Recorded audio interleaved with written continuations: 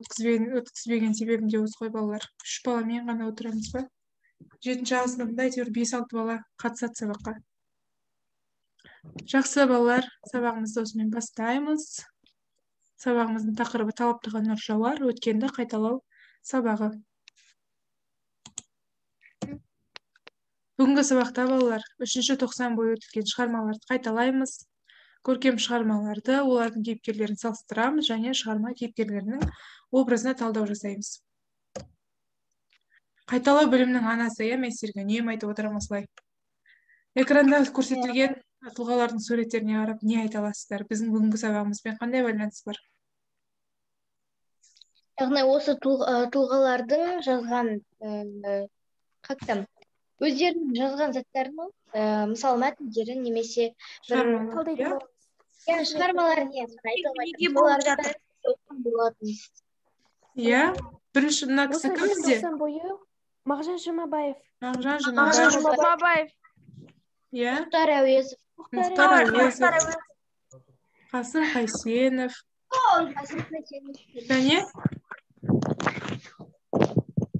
Және кім? Осындай айттық,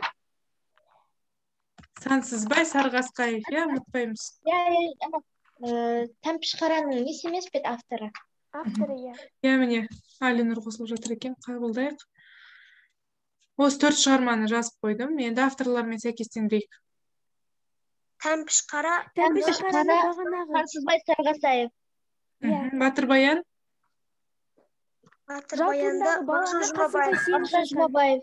Мағжан Жұмабаев. Көксерек. Көксеректі Мұхтар Әуезов. Жау тылындағы баланы Қасым Қайсенов жазған. Қайсындар балалар. Тексерейік. Дұрыс, Тәмпішқара Сансызбай Сарғасқаевтікі, Батырбаян Мағжан Жұмабаевтікі, Көксерек Мұхтар Әуезовтікі және жау тылындағы бала Қасым Қайсеновтің шығармасы екен. Енді балалар, қатен деген тапсырма. Осы аталған 4 шығарманы көріп тұрмыз ғой, осыған байланысымен бірнеше ақпараттар жазып қойдым, Енді бірақ бұл жерлерде қателер бар. Ол қандай қателер? Неге қате? Тәмпішқарада Ұлы Отан соғысы алып тастау керек. Емес. Дұрыс айтады Айша, Ұлы Отан соғысы емес. Дұрыс, тағы. Басынан бастап айтайықшы, Батырбаян. Ақпараттар дұрыс па? 1961 жылы. Батырбаян қай кезеңдегі оқиғаны суреттейтін еді? Батырбаянда 1961 жыл болмаған, оның орнына Келдібай. Жоқ, бұл жерде балалар, бұларды бір-біріне қоймаймыз, тек қате жауаптарға анықтаймыз, шатаспаңыздар. 1961 болмаған, дұрыс айтасың Бекасыл, өйткені Батырбаян Абылай ханның тұсындағы, яғни 18-ші ғасырдағы оқиға, Жақсы, келесі Көксерекке қарайық. Жыртқыш және Келдібай дейді. Көксеректен Келдібай деген болмаған. Дұрыс. Болмаған. Жыртқыш Көксерек ол. Келдібай деген адам болмаған. Келдібай деген адам қай шығармада болды? Ол Тәмпішқарада, Айша, дұрыс айтасың. Тәмпішқара шығармасындағы директор бар ғой, Шаншатайдың ағасы. Дұрыс. Келдібай болады. Шаншатайдың ағасы, Мына жерде көрсетілген ақпараттар дұрыс па? Барлығы дұрыс. Партизан дұрыс. Келесі Тәмпішқарада Ұлы Отан соғысы. Ұлы Отан соғысы дұрыс емес. Ұлы Отан соғысы. Дұрыс айтасың. Ұлы Отан соғысы емес. Бұл 1970 жылдарда болған оқиға, Енді қарайықшы. Жасырын кейіпкерге мінездеме бер деп жазып қойдым. Осылардың ішінде бір ұяшықта тосын бар. Ол ұяшықты таңдаған бала бүгінгі сабақта автоматты түрде 10 бала алады. Күнделік кезектеріңізге қойып беремін күнделікке. Апай, жасылды алайын мен. Жасыл, қайсы жасыл? Бір ғана жасыл бар, Жақсы. Алия, қандай жол болғыш қызсың? Бірден тапты, Жақсы, Алияның жол болғыш екен. Алияға бүгін 10 бал автоматты түрде. Енді басқа ұяшықтар таңдап, кейіпкерлерге мінездеме берейік. Думан, қайсысын таңдайсыз? Ақты таңдайсың ба, кәне? Құрмаш. Мінездеме бере қой. Білеміз, Құрмашты?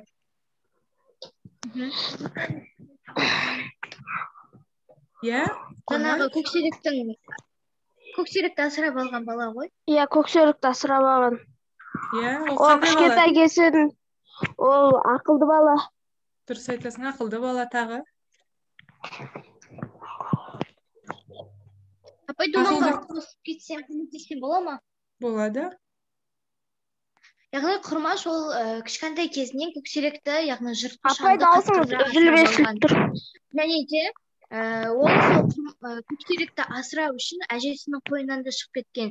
Және де сол көксеректі асырап ол баққаны үшін де өзінің несін алды да, өзінің ответін. Себебі оны көксерек танымай, өз иесін танымай, оның бетін жеп қойды, яғни жарты бетін жұлып алды.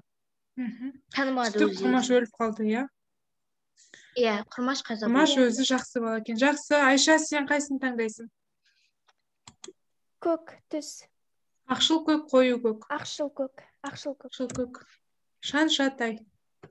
Шаншатай ол Тәмпіш қараның кейіпкері. Яғни Шаншатай ол өте тәрбиелі және әдепті бала. Өйткені біз оны осы не бар емес пе? Тәмпіш қара. Себебі әжесі мен атасы Шаншатайды өте әдепті бала, өте тәрбиелі бала деп айтады екен. Иә, Ертайдың ата әжесі, иә? Яғни оның біз тәрбиелі және әдепті бала екенін көре аламыз. Осы Шаншатай келгеннен кейін ауыл балаларының өмірі қалай өзгерді, балалар? 180 градусқа өзгерді, себебі олар өздерінің бойындағы қасиеттерін аша білді, яғни Ертайдың сурет салатынын біліп, олар газетке шығарды. Иә, қабырға газетін жасай бастады. Бауырсақ өздері қойып берді, иә? Яғни ол қаладан келген бала болғандықтан ол сондай заттарды білді. Ал ауылдың балалары олар ойын сауық сондай болатын еді, қызықтары. Дұрыс айтасың, Әлия. Қаладан келген бала, қалада үйренген нәрселерінің барлығын ауыл балаларына үйретіп, ауыл балаларының көзін ашты деуімізге болады, иә? Жақсы. Бекасыл, сен қайсысын таңдайсың? Сары түсті. Сары түсті таңдайды екен. Құралай дейді. Сәлеметсіз, апай. Сәлеметсің, мен Назым.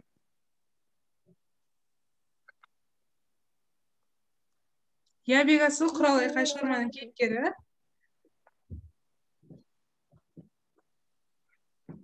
Көмектесейік Бекасылға. Батыр Баянның кейіпкері ме? Қалмақ қызының. Иә, дұрыс айтады. Дұрыс. Қалмақ қызы. Аянышты көрінеді, нәзік. Қанша жаста еді?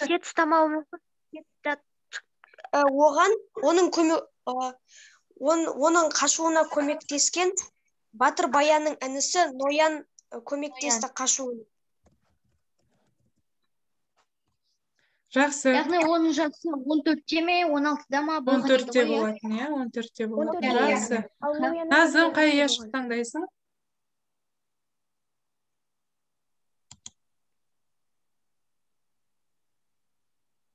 Алинор, сен қай яшық таңдайсың? Апай, мен таңдасам бола ма? Балалардан сұрап көрейік, иә? Думан, Алмат, Алинор. Кәне.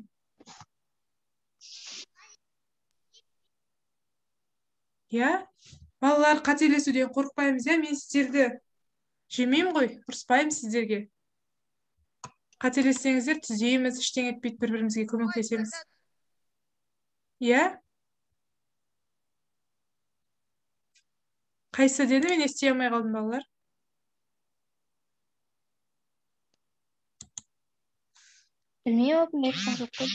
Жақсы, сонда бір-бірден ашып жауап бере берейік, иә, ондай болса. Жақсы. Сұрды ашайық. Серік. Серік ол жаңағы жаутындағы бала деген шығарманың кейіпкері, басты кейіпкері. Және де ол жас партизан болған, ол сол жерде білмей, жалпақ тілмен айтқанда шпион ретінде болған. Өз елін, басқа елдің баласы ретінде өзінің көрсетпеген кім екенін. Дұрыс айтасыздар, Әлия. Айша, дұрыс жауап бердіңіздер. Серік ол өте байқампаз болды, иә? Адасып кеткен жерден ол біліп қойды адасқан, иә? Сондай ұқыпты болды. Бір жерді жаттап алатын бала болған. Иә. Жақсы, келесі қызыл сары түсті ашайық. Баян. Ол Батыр Баян. кейіпкері. Ол Ол өзі Мағжан елі Жұмабаев. үшін барлығын жасады. Тіпті өз елі үшін өзінің інісін Өз бауырын бауырын өлтірді. өлтірген болатын өз Себебі қолымен. ол ойлап қалды, бауырым бұл елді сатып кетті деді да, және де сол қалмақтың қызын алды. Ол қалмақты қызын тыңдап қалды, біздің елді сатып кетті деді да. Өзі жындағаннан кейін өз бауырын өлтірді. Бірақ ол артынан өкінді де ханның рұқсатынсыз ақ қалмақтың еліне шығып кетті. Яғни ол сол жерде сол соғыста ол қайтыс болды. Дұрыс айтасың. Иә, батыр. Келесі Тамара. Тамара ол жау тылындағы бала. Жаңағы жау тылындағы бала. Дұрыс. Бар емес пе анау? Серікті уақытша балам деп жүрген бар емес пе? Балам деп жүрген. Анна болатын, иә, асырап алған. Анна, иә. Сол құрбысы болатын, бірақ ол Тамара өте не болған? Сатқын болған. Тамара өзінің құрбысын Жақсы, дұрыс айтасыңдар. Тамара сатқын болды, иә? Ол өз құрбысын сатып жібереді екен, сатпақшы болды. Келесі көк тұташайық, Ноян. Ноян өзін сатып кеткен қалмақтың қызын алданып қалмақ қызы үшін өзін сатып кеткен болатын. Дұрыс айтасыздар, иә? Қалмақ махаббат үшін елін сатып кетті, иә? Елін сатып кетті. Келесі қызылдашайық, Бейсекүл. Бейсекүл Тәмпіш қарадағы Бейсекүл ұлдардың арасында жалғыз қыз болып жүреді. Яғни ол оған бір сөз айтса, ол барлық ауылға таратып жібереді екен сол сөзді. Сол жақта болып жатқан жайтта ауылға таратып жібереді. Яғни өсекшіл десек те болады. Иә, бір сөз өсекші десек те болады. Бірақ бір жағынан өте жақсы қыз болатын, иә? Бір-біріне көмектесе, соңына қарай оқыдық. Масақты қалай теретін еді, иә? Жылдам теретін масақты. Бәрі таңғалатын. Келесі, теке қарсы. Иә, Назым. Тәмпіш қарадағы кім ғой? Газетші. Газет таситын ата, иә? Салия. Иә, газет таситын ата. Сол газет таситын ата. Жаңағы Шаншатай мен жаңағы ауыл балалары сол газетті тарататын атаны іздеп, сол атаның үйіне барып газеттерді қараған болатын. Яғни солар сол жаңағы кімнің суретін не істеу үшінші шығару үшін газетке олар сол атаның үйіне баратын болған. Жақсы, Әлия, өте жақсы шығармамен танысырсыздар. Келесі Аққасқа. Аққасқа ол Көксеректегі ауыл иті. Ең жапайы ауыл. Ит секілді болған. Бейсенбай қақтың иті, иә? Иә, дұрыс. Ауыл иті болған. Және де ол Көксеректі жек көрген. Соңында Көксерек пен Аққасқа шайқасатын болған. Иә.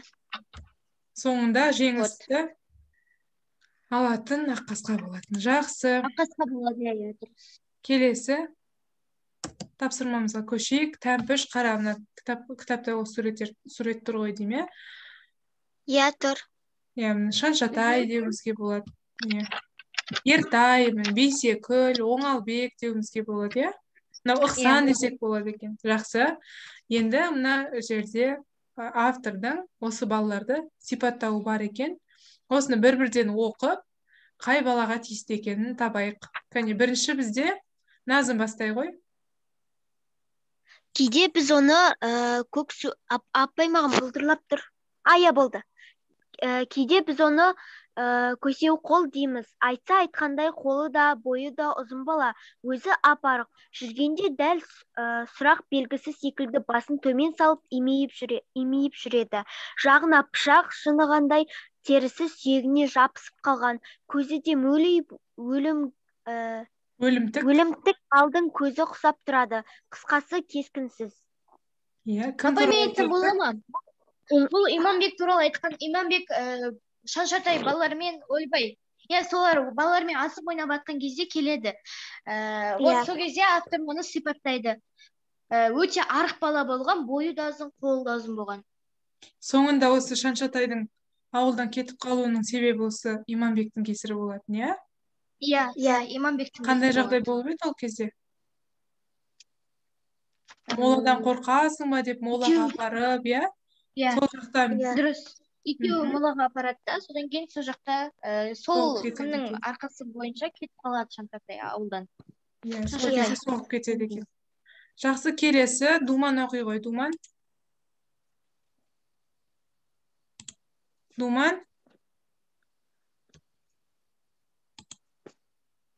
Әлинұр, Алмат, ұлдар оқысын, иә? Я, Әлинұр микрофонын қосты. Оқып шықсаң болды, ары қарай бәріміз көмектесеміз, алаңдама.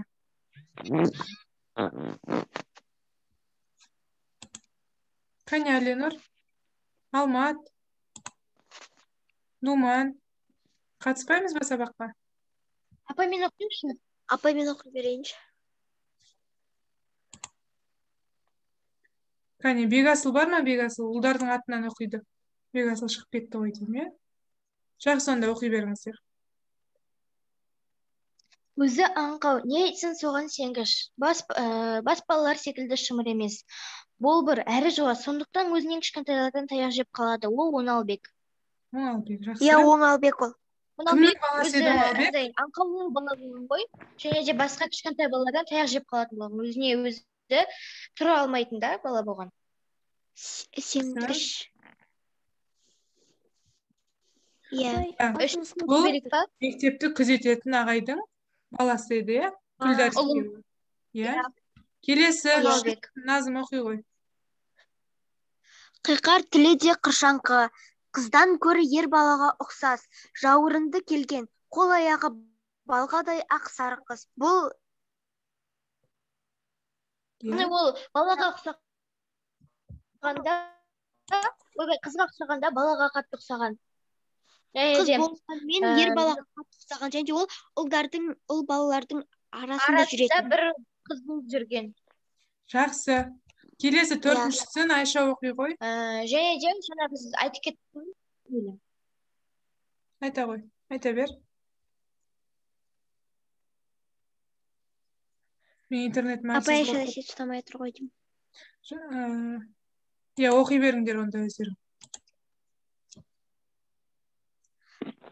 Денесі түтінге ысқылағандай қара қоңыр, әрі май жаққандай жылтырап тұр. Бұлшық еттері білеуленіп шығып бүлк-бүлк етеді. Екі шекесі торсықтай жалпақ. Маңдайынан ұйысып түскен бұйра қара шашында су тамшылары күн сәулесімен таңғы шықтай жалтырайды.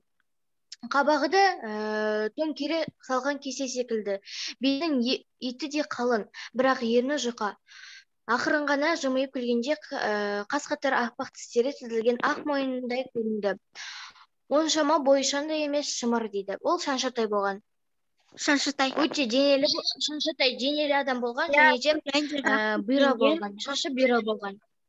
Ол ауылдан келген, қаладан келген қаланың баласы еді. Жақсы, енді дұрыс жауабымен тексерейік.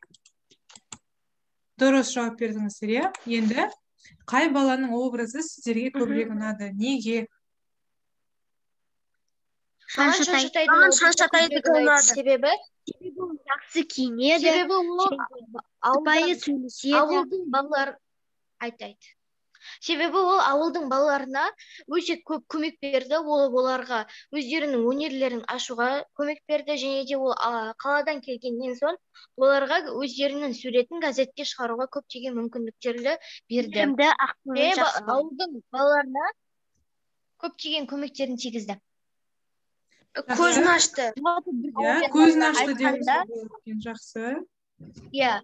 Жалпы бір сөзбен айтқан кезде, сол ауылдың бір баласы ретінде болып кеткен. Енді қарап тұрсақ балалар, мына басқа балалардың да өздерінің бір жақсы қасиеттері болды, иә? Мына бірінші жақтан баяндаған Ертай да сондай жақсы бала болатын, иә? Шаншатайды ренжітіп алғанына өкініп, өтірік ауырып қалатын кезін білесіздер ғой. Сол кезде менің осы жеңілтектігім, ай, мен неге осындай шұқалақ екенмін деп өзіне өзі жазғырады, иә? Дұрыс. Өзіне өзі, иә. Иманбек сондай бір тәртіпсіз бала болып көрінгенімен соңында өз қатесін түсініп, балалармен бірге жақсы әрекет жасауға тырысады екен, Жақсы балалар. Дұрыс. Енді сабағымызды қорытындылаймыз, бекітеміз. Бұл шығармадан мен не түйдім дейді. Осы шығармалар бойынша айтсаңыздар болады. Әрбір шығарманы айтып кетсеңіздер болады. Батыр баяннан не түсіндіңіз, көксеректен не түсіндіңіз, жау тылындағы баладан не үйрендіңіз, тәмпіш қара сізге қандай тәрбие берді. Осы туралы ой толғау жасайық қазір. Батыр баяннан мен жалпы не түсіндім? Батыр баяннан өз еліңді сатпауды, өзіңнің елің саған әрқашан ыстық болуды, басқа елдің сөзіне алданбауды және де жалпы өз еліңді сатпауды үйрендім. Ол сенің елің, кіндік қаның тамған жер, сол жерде сен туылсаң да сол жерде қайтыс болу керексің дегендей түсіндім. Және де көксеректен не түсіндім? Көксерек ол жыртқышан болған. Қасқырды қаншама сен қолыңа үйретсең де ол орманға қарап улайды ғой, себебі ол жыртқышан ғой. Сондықтан да жыртқышты адам өз қолына алмау керек, себебі жыртқыштың аты жыртқыш. Табиғатпен адам оған гарантия жоқ та, иә. Сені бір күні сен оның жемтігі болмайтындай, оған сенімділік жоқ. Және де жау тылындағы бала ол партизан туралы айтады. Яғни ол бала өте көп көмек береді еліне. Ол жасырын жүреді, өз елін білдіртпейді, кім екенін, қайдан келген екенін білдіртпейді. Және де ол бала өте қиын шаруада қалады, себебі оның анасы қайтыс болып қалады. Сондықтан ол басқа ананың қолында, сол ананың баласындай болып кетеді. Және де тәмпіш қарадан не түсіндім? Тәмпіш қара ол өте қызықты повесть. Тәмпіш қара ол ауылдың балаларына көптеген көмек береді. Яғни сенің қолыңнан не келсе, соның бәрін көмек беруге тырысу керек екенін түсіндім. Жақсы. Апай, яғни төртеуінен де келсем, Алияға ол адал болу. Иә, адал болу екен, иә? Төртеуінен де ол барлық жерде де адал болу керек. Жақсы. Бекасыл, сіз не айтасыз? Барлық шығарманы толық оқыдыңыз ба? Иә, мен Батыр баяннан өз елін қорғауды, басқа елдердің сөздеріне алданып сеніп қалмауды түйдім. Жақсы, өте Ал жақсы. көксеректен әкеліп асырамауды және де үлкендердің айтқанын тыңдауды үйрендім. Яғни ол басқа балаларды ақылын тыңдамай көксеректі ауылына алып келді. Ал жау тылындағы баладан батыл болуды, айтқанынан қайтпайтын болуды және де әлгі партизан бала секілді мықты болуды түйдім. Өте қайсар болуды. Ал тәмпіш қарадан қолыңнан не келсе де соны үйрету керек. Жақсы. Уақытты құр өткізбеу, иә? Пайдалы істермен айналысу. Оқуда да, басқа кезде де колхозға барып көмектескендері, иә, Шаншатайдың. Бұрынғыдай біз қашпайтын болдық дейді. Біз қазір қашпаймыз. Барынша тез істеп тастауға тырысамыз дейді. Яғни бала жан-жаққа жалтақтамай, мойнына берілген нәрсені жақсы істеп шығуға баулиды екен осы шығармалар. Жақсы. Бұл шығармалар ұнады ма, балалар, сіздерге? Жақсы. Енді 4-ші тоқсанда да жаңадан шығармалар оқимыз. Сол кезде де осындай өте үлкен белсенділік көрсетулеріне тілектеспін, балалар. Енді бағалау әрине. Үнемі бағаланып отырмыз, иә, балалар? Бірақ сол бағалардың ішіндегі ең әділ баға ол оқушының өзіне өзі қойған бағасы екен. Өздеріңізді бағалаңыздар. Дұрыс болды ма? Қате болды ма? Неге олай болды? Жақсы, Алия. Алия өзін жақсы бағалады. Мен де сені жақсы бағалаймын, Алия. Назым, сіз өзіңізді қалай бағалайсыз?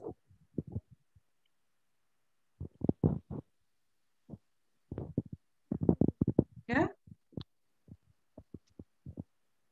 Бекасыл, сен өзіңді қалай бағалайсың? Алинұр, Алмат. Мен өзімді өте жақсы деп бағалаймын. Жақсы, мен де сені өте жақсы деп бағалаймын, Бекасыл.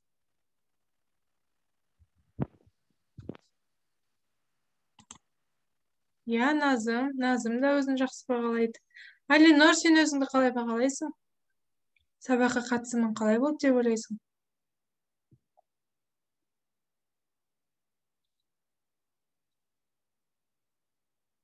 Білмеймін дейді. Неге? Нашар шығар дейді.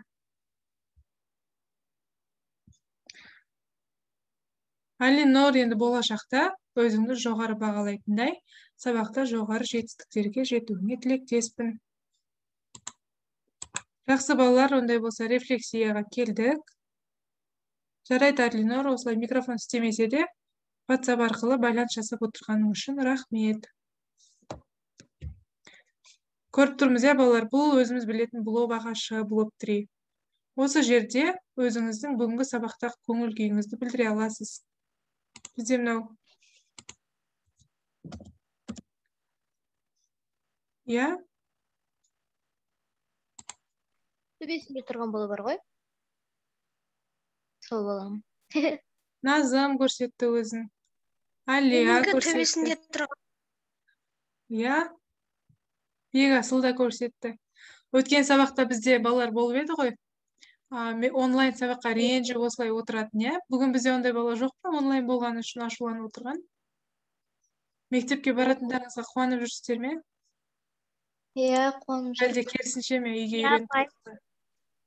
Жоқ, мектепке барған. Мектепке барған жақсы, балалар. Тікелей қарым-қатынас жасаған. Жақсы балалар. Сіздерге үйге ешқандай тапсырма бермеймін, өйткені 90-ымыз осымен аяқталды, ТЖБ-ға дайындалуларыңызға болады. Бүгінгі сабағымыз осымен аяқталды, бағаларыңызды күнделікке қоямын. Сабаққа белсенді қатысқандарыңызға рахмет. Сізге де рахмет. Сабағымыз аяқталды, сау бола қойыңдар балалар. Сау болыңыз.